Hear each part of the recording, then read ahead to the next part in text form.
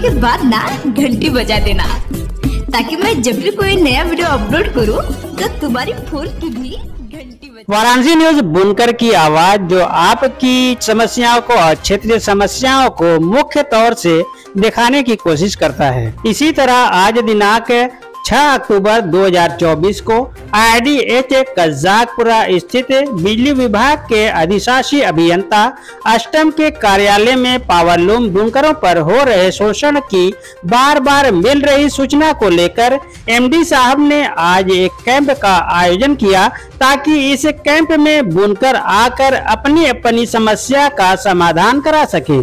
MD साहब की इस पहल का सभी बुनकरों ने और बुनकर के संगठनों ने और पार्षदों ने सराहना की है।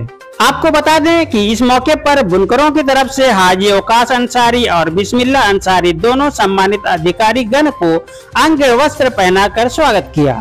इस कैंप में खास तौर से हाजी औकाश अंसारी, सरदार मोहम्मद इदरीस, अकील अंसारी, बिस्मिल्लाह अंसारी, पार्षद बिलाल अंसारी, पूर्व पार्षद जावेद असलम, अब्दुल रब, जमाल, सलीम, यासीन खान, लड्डू अंसारी, सलीम अंसारी, अबू तुराब, अखलाक अंसारी, फजलुर रहमान, रज्जू, बल्लू, जुबैर, आदिल, शकील पंजाबी व अन्य लोग वहां पर मौजूद रहे।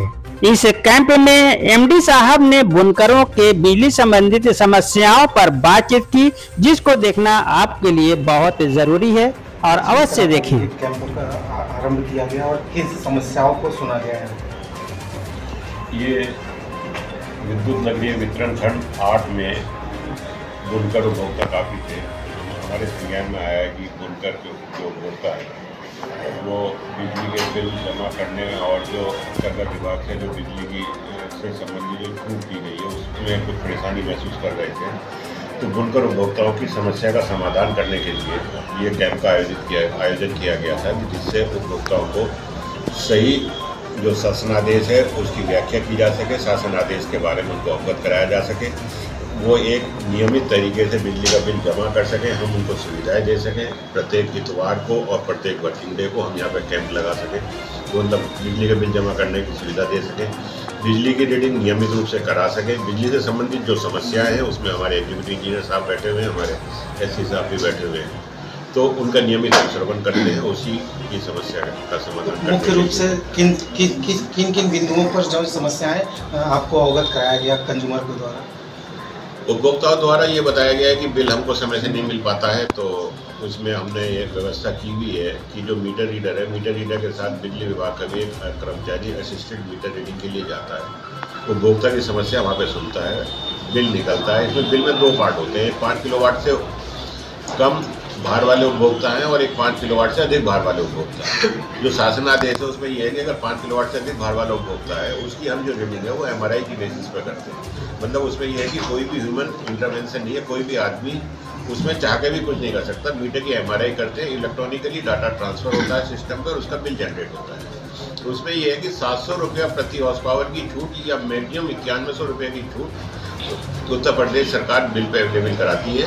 तो 5 किलोवाट से ऊपर का ये भी कनेक्शन है, उसमें कितनी लूमें लगी हुई है वो हथकरघा विभाग उसको सर्टिफाई करता है, बिल पे लिखा जाता है और उसके हिसाब से उसको उतनी छूट देते हुए बिजली का बिल जमा करा दिया जाता है। तो उसमें अधिक लोड आने पर क्या किया जाए? 1 मिनट अपनी पूरी बात 5 किलोवाट से कम भार वाले जो उपभोक्ता हैं उसमें जो उसका बिजली का बिल लिया जाता है वो 2 पार्ट में होता है। जितनी लूम हथकरघा विभाग सर्टिफाई करता है, 60 इंच की रील से अगर कम है तो उसको आधा हॉर्स पावर की मोटर मानते हुए उस पर फ्लैट चार्ज लिया जाता है, और अगर 60 इंच की से अधिक की लूम है तो उसको 1 हॉर्स पावर का भार मानते हुए उसका भार कैलकुलेट किया जाता है। तो वो सर्टिफिकेशन हथकरघा विभाग करता है। तो जितने हॉर्स पावर का लोड होता है उसमें 800 रुपया पर horse power plus electrical duty ये मिला के 1 हॉर्स पावर का 860 रुपया बनता है और आधा हॉर्स पावर का 430 रुपया बनता है। उसके हिसाब से बिजली का बिल लिया जाता है। पर उसमें उत्तर प्रदेश शासन ने ये कंडीशन लगा रखी है कि जो जुड़ा हुआ भार है वो जितनी लूम का भार है, मतलब काठी मशीन है या कुछ है, तो केवल 10% के भार की उसको अधिक भार चलाने की छूट है। अब क्योंकि अगर ये अधिक भार चल रहा है, जैसे बताया गया है कि भार अधिक चल रहा है, तो उसका जो भी विभागीय नियमानुसार उसकी पेनल्टी ली जाती है, उसका जुर्माना लिया जाता है। तो उपभोक्ताओं को, हमने बुनकर उपभोक्ताओं को ये समझाने की कोशिश की कि जो हस्तकला विभाग का नियम है उसी नियम के अंतर्गत आप चलें, आपका कोई भी शोषण नहीं होगा। और मौके पर अधिशासी अभियंता यही है, एक्शन मतलब और उपखंड अधिकारी हैं, तो अगर मतलब बाबू या कोई नीचे का स्टाफ प्रेशर कर रहा है तो आप करके अधिकारी से समस्या का समाधान होगा। पर नियम के अंतर्गत ही चले, नियम से बाहर कोई भी छूट देने के लिए ना ये अधिकृत है ना हम लोग अधिकृत है। जो उत्तर प्रदेश सरकार के नियम है, नीति है, पॉलिसी है, उसके हिसाब से कार्रवाई। उपभोक्ताओं पर यदि अनियमित पाया जाता है तो किस तरह की कार्रवाई होगी? तो शासन का आदेश है, उसमें कोर्ट में लिखा है किस तरह से पेनल्टी लगती है, उस हिसाब से लगेगी। उसमें जो भी मीटर में जो डिमांड आती है, मीटर की डिमांड से पता चल जाएगा कि उसमें बाहर कितना चल रहा है, एक्स्ट्रा चल रहा है। जो 60 इंच की रील है, मतलब उसकी आधा हॉर्स पावर है, 60 इंच से अधिक है तो उसमें 1 हॉर्स पावर, अगर उससे अधिक बाहर चल रहा है तो मीटर में रिकॉर्ड हो जाता है। इलेक्ट्रॉनिक मीटर आ रहे हैं जी जी। तो उसकी चेकिंग अगर जूनियर इंजीनियर या उपखंड अधिकारी कर रहे हैं तो हमारे अधिशासी अभियंता को के ऑफिस में जाकर उसको उपभोक्ता का अधिकार है कि वो अपना प्रत्यावेदन दे। प्रत्यावेदन सुनने के बाद वो एक स्पीकिंग ऑर्डर जारी करते हैं, उसके हिसाब से कार्रवाई।